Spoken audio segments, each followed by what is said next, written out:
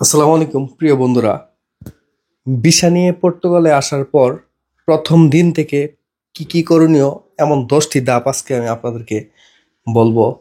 যারা নতুনরা আসবেন তাদের জন্য সম্পূর্ণ আমার এই ভিডিওটি, যাতে করে আপনাদের চলার পথটা সহজ হয়ে যায়।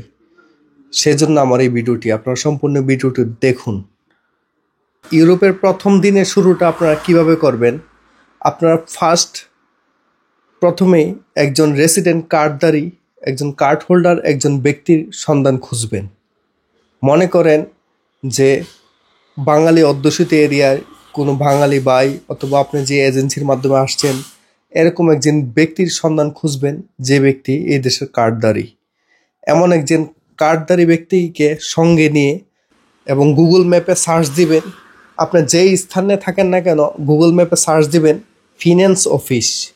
ফিন্যান্স অফিসে সার্চ দিয়ে আপনি ওই কার্ড হোল্ডার ব্যক্তিকে সঙ্গে নিয়ে ফিন্যান্স অফিসে যাবেন। গিয়ে এবং সঙ্গে আপনার পাসপোর্টটি নেবেন। আপনার পাসপোর্টটি এবং ওই কার্ড হোল্ডার ব্যক্তির রেসিডেন্ট কার্ড যখন শো করবেন, ওই ওনার কার্ডের রেফারেন্সে আপনাকে একটি ফিন্যান্স অ্যাকাউন্ট খুলে দিবে। ফিন্যান্স অ্যাকাউন্ট খোলার সময় সতর্ক থাকবেন, ফিন্যান্স অ্যাকাউন্টের সাথে পাসওয়ার্ডটি আপনারা সঙ্গে সঙ্গে জানার চেষ্টা করবেন।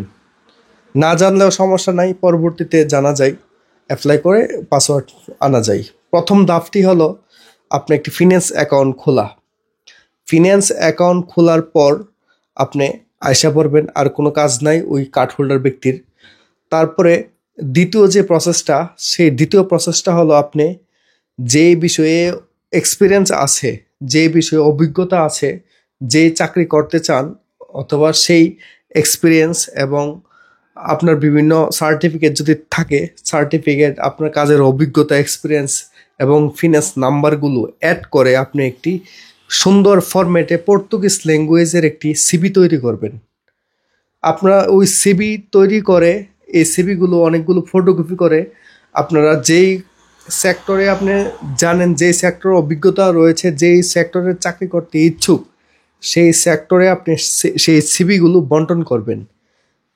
সেই সিভিগুলো বন্টন করার পরে কিন্তু আপনার চাকরি অবশ্যই চাকরি পেতে সহায়তা হবে এবং আপনার চাকরি একটা সময় হয়ে যাবে।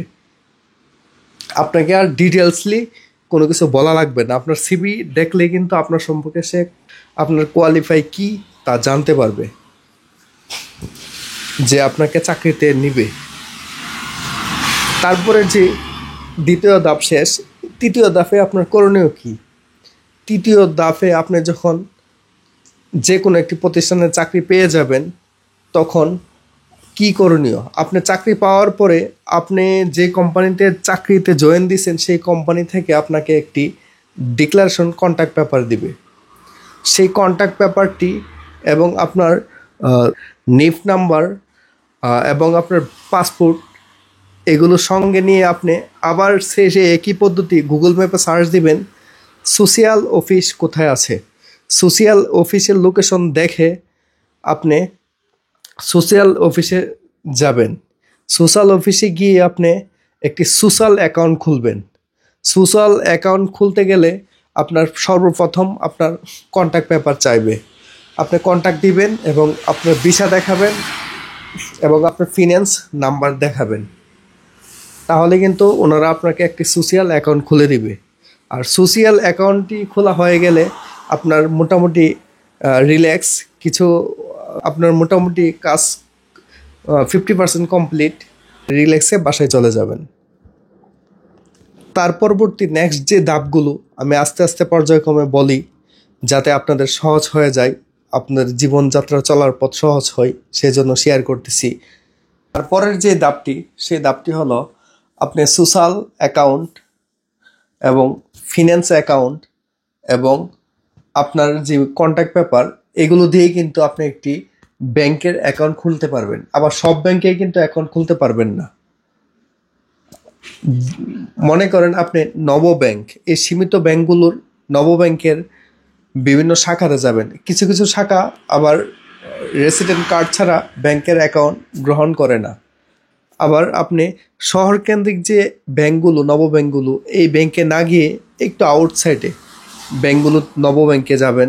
আউটসাইডের যে ব্যাংক শাখাগুলো নব ব্যাংকের ওই শাখাগুলোতে যাবেন, গিয়ে যখন আপনি সোশ্যাল এবং আপনার নিভ এবং আপনার কন্ট্যাক্ট পেপার যখন আপনি জমা দিবেন এবং আপনার ভিসা কপি যখন জমা দিবেন, তখন আপনাকে ওনারা অ্যাকাউন্ট খুলে দিবে।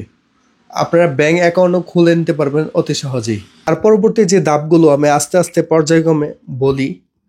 তার পরবর্তীতে মিশন হলো আপনার রেসিডেন্ট কার্ডের জন্য আপনি ফিঙ্গার দিবেন, এবং ফিঙ্গারের জন্য কি কি ডকুমেন্ট আপনার দিতে হবে, জমা দিতে হবে আইমা অফিসে, সেই ডকুমেন্টগুলো সংগ্রহ করা হলো আপনার পরবর্তী মিশন।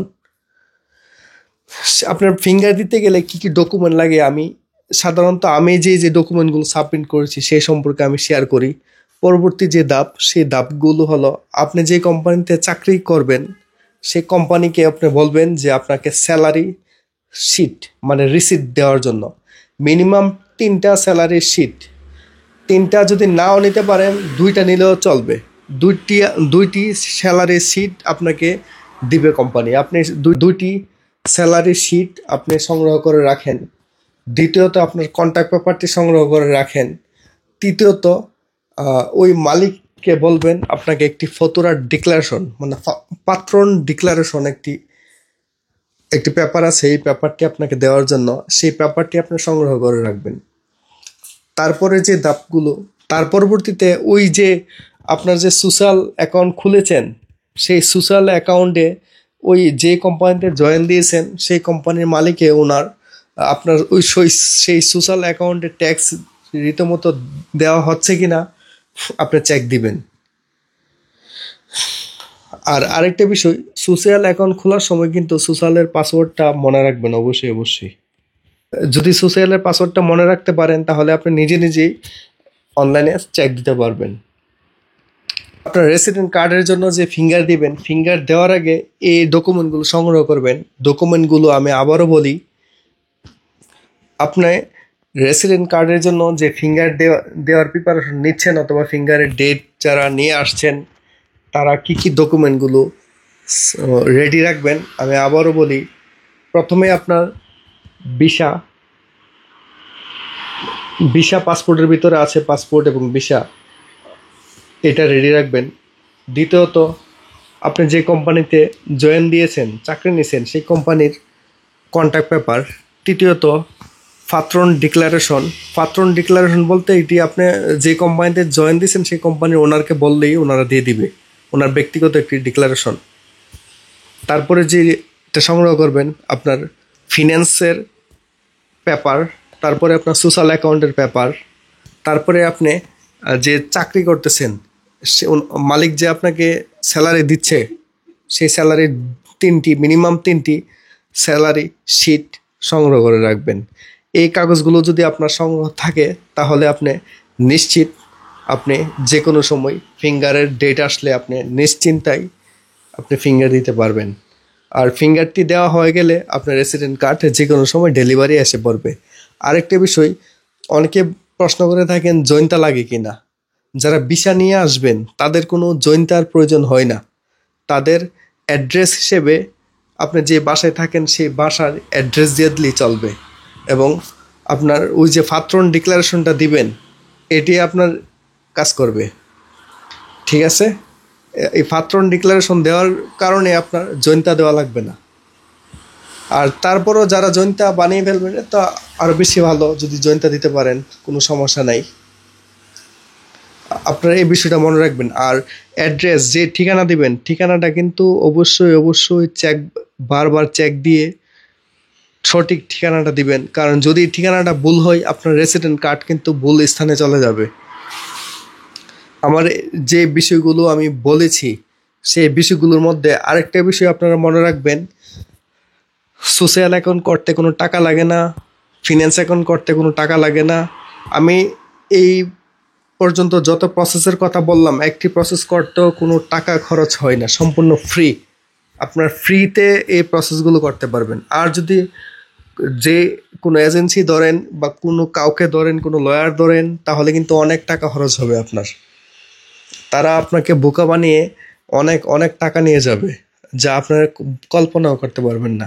আমার এই ভিডিওটি যদি ভালো লাগে অবশ্যই অবশ্যই সাবস্ক্রাইব করবেন। আর যদি কোনো ইনফরমেশন জানা লাগে আমাকে কমেন্টে নক দিবেন, আমি অবশ্যই ইনফরমেশন বলবো।